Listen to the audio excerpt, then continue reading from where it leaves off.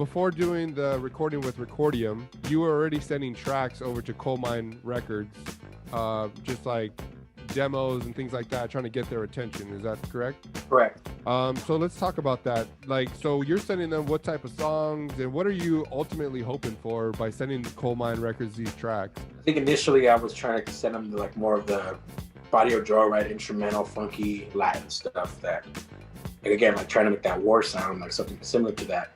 I was trying to get their attention with stuff like that, and I would make these little video clips, tag them, little visuals behind it. And I just kept on like but then they got, oh, this is cool, and they kind of responded or like shared it here and there, which was a big deal in its own when they would share stuff. So and then for them to kind of reach out, like, hey, like, yo, this is this one. We looked at your SoundCloud, because at some point they had reached out to me and said, send us some stuff, and I was like sending these little like DJ mix versions of songs that were cut in and out, so like they wouldn't steal anything because I was so paranoid. And like, no, man, send us the tracks. You're good, man. You don't have to worry about that. Like, if we find something we like, we'll buy it. We'll let you know. And they heard It Was Only a Dream, and they were like, yo, this is what we need. This is what Colemine Records doesn't have. Like, because they had all the nice like funky stuff, and the orgone and all these like great, the monophonics and stuff like that. They had all that stuff covered, all the funk and all the soul covered. They didn't need another one. They were interested in like the doo-wop stuff that we were doing, and I was recording, so they had kind of responded to that, and that's kind of what led the conversation to make a record. Now, that It Was Only a Dream and I Don't Mind, those were released in 2019 by Colemine Records. And then, so what's the feeling like? Okay, so now my foot's definitely in the door, or I'm in the door now. So what's the feeling there? You're like, okay, this is it. I'm in. Everything that I've been doing is now adding up to these two songs. And what's that feeling like? It was kind of cool. I think most of when that was going on and when they decided to press that, I was already on. My eyes were already on other material and always writing other different songs. So that's what a writer's thing is always, is like your newest thing. You always hate your old stuff, and so I was kind of already over it.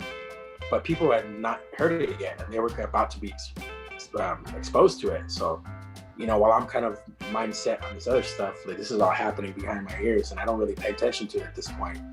I'm not really too active on social media, and I'm like at that point, and like not really seeing the effect that all these videos, recording them for one, and then the views that Colemine's getting from sharing our stuff. And then they announced it, and people were just like, oh my God, great. Because like we were just little treasure that nobody knew about. And I'm like still trying to find a drummer, you know what I mean? Yeah, that's just so amazing to me that, again, you did this live show, you're putting out stuff. The band is like not really together. And I'm thinking as a fan, like listening to you guys, like, oh, these guys are like, they got the band. They're solid. There's, this is all, this is what they're doing. But meanwhile, you're just kind of like pulling from friends and, people around you, like, hey, join in. Because I've seen a couple different recordings and you got like a bunch of different people that are coming in. So can you kind of go into that, like how the Sinseers is kind of like a community of people, right? Yeah, I mean, definitely it was. Like I said, it started off with that kind of accident stuff, and then, and then we're like, oh, who could we get? Who would be cool to? I think it was Trish had a show. We were backing her, and like, let's start chance of playing for a lot of people. It'd be cool to, And this is the conversation me and Tony had. Like, let's just make a review. Like, let's all get the sickest people that we know that we love playing with. Let's get them all together. This, you do this, that, blah blah blah. And then we back up Trish, and then we do a little 30-minute set, and everybody gets to sing a song. Adriana from the Altons, Brian from the Altons, I sang a song, Tony sang a song. We were just, that's all the Sinseers were. A bunch of different singers taking leads. And it was just like us, like just kind of like just throwing out there like, hey, this is what we could do. Hopefully something, if somebody likes something Tony's doing, something likes what I'm doing or something, then we all could expand to our own things. It felt like we all kind of but we all like utilize the platform Trish gave us, as exposure to all her fans. We use that as a stage to present everybody at the same time in this big review. And the first time we came out, it blew everybody's minds. Like, oh my God, they didn't know anything about the Altons, they didn't know anything about the Steady 45s. But after that show, everybody dug into everybody, and everybody found out about all these great artists because of that one show.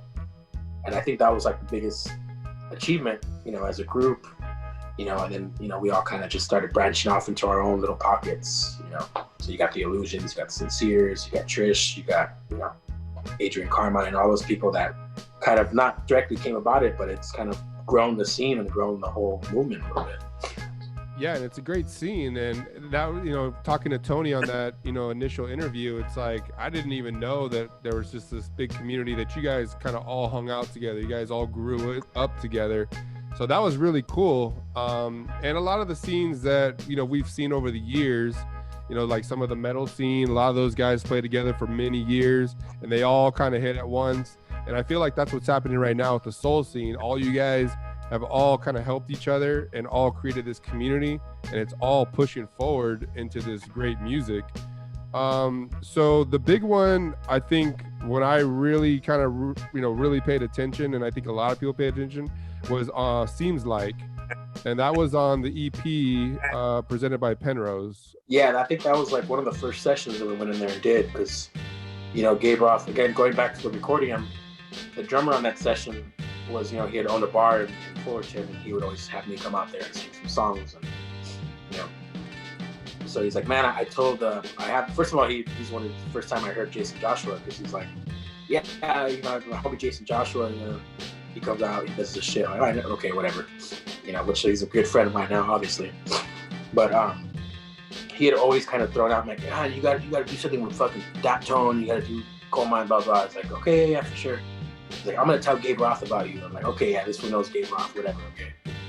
And he sure enough, you know, him and then like some of the guys from the Funk Freaks, like Les and Ryan Guzman, you know, some of those DJs that had always been throwing my name out there, Riverside. And, you know, when Gabe had kind of started the studio on Riverside, he had kept hearing my name, like, oh, this is Kid Joey, he records, you know, does a tape, plays all these instruments, blah, blah. So he got in contact with me and gave my number. So Gabe called me, kind of had me come down and kind of feel it out. And we had gone out there, he had invited me to come out and help build the studio, because they were doing all this construction, they were taking out trash. And it's like, it's not gonna be clean work, it's gonna be dirty work. It's fun, man. You get to learn, you know, how to wire up a studio and stuff. And this is exactly the time where I'm trying to do the exact same thing. So it's like, hell yeah, I'm gonna go over here, I'm gonna learn from the best person I learned from. And he had kind of like, he's like, oh, if you have any homies I want to come, it's like, the first person I'm gonna call is Brian from the Altons.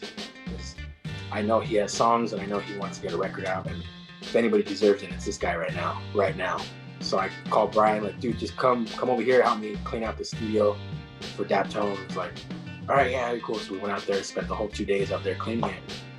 And then within a week and a couple weeks after that, he invited us to come out and record. So I called all the Sinseers and gone through all these tunes and like showed him all these tunes. And he's like, no, what's that? Seems Like tune. He's like, oh, I recorded that one. I was like, oh, let's do another version of it. So we did that. And that was, I think, one of the first sessions that we did at Penrose. Now, Gabriel Roth, and then he's also known as Bosco Man. He's a big deal, right? He's worked with like Amy Winehouse. He's worked with others. He's like the new person, I guess, in your life that's really changed your life. I mean, he definitely, within the past like year, has been the guy to shape all of us as musicians, because we've been doing studio work at Penrose. And all the releases on Penrose, that whole EP is, you know, like at least 70% of the Sinseers, you know, is on the horns and backing musicians. You know, we all just spent so much time there last year to help do exactly what we do here, but over there, you know, kind of help that sound. But with his experience of who he's worked with and the people that have been around him, the musicians that he's worked with, and his like credibility of just as a producer, but not only that, but his knowledge as a musician and a songwriter, it just helped us out so much being over there and spending time over there, where we could come back over here and apply those methods and those stylistics over here. So it's been like a big like puzzle piece that's like, oh, okay, we're gonna take this from here now and bring it back home and make it, you know, because we always want to, I mean, I always want to, I guess, at least have a big community of it and not just be one band or one person, you know. And I think that they do a good job of kind of modeling that. So I think I try to take as much back, especially from Daptone and Penrose, back over here to my studio, you know.